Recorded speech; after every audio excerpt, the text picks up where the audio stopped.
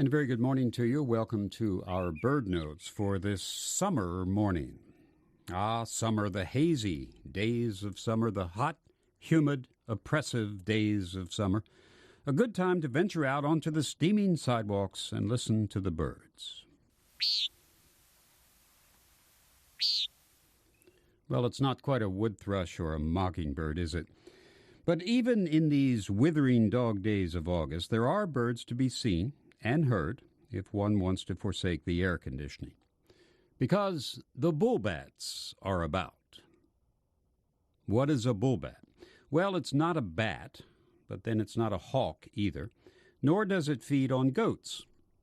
We'll sort out all those references in just a minute, but let's start at the beginning. In these summer days, above the buildings of cities around the country can be seen and heard a bird that we commonly call the nighthawk. It's a narrow-winged gray bird about 9 inches long with an almost 2-foot wingspread. The distinguishing mark of this bird is a white patch on the wings, seen as the bird flies erratically, somewhat bat-like, at dusk, sweeping up insects in its broad mouth. There are 2 distinctive sounds associated with the nighthawk, a nasal call, we just heard that, and the sound made by the wings at the bottom of the courtship dive of the male. Peterson likens it to the sound of a Bronx cheer. Others say it suggests the twang of a large rubber band. Hear the call and the very unusual sound of the wings. The nighthawk claims several misleading names. It is not a hawk, as we said, though to some it may resemble a falcon the way the wings are pointed.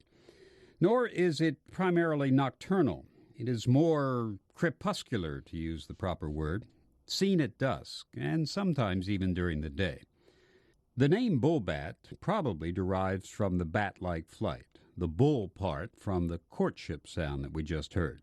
Texans call the bird the booming nighthawk, again for the sound it makes during those courtship dives.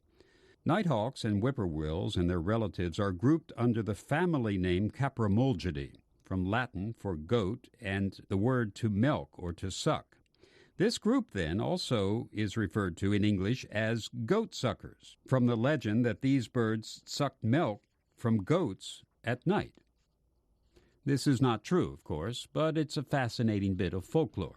The goatsuckers are also called, less legendarily, nightjars, from the jarring note of the European nightjar.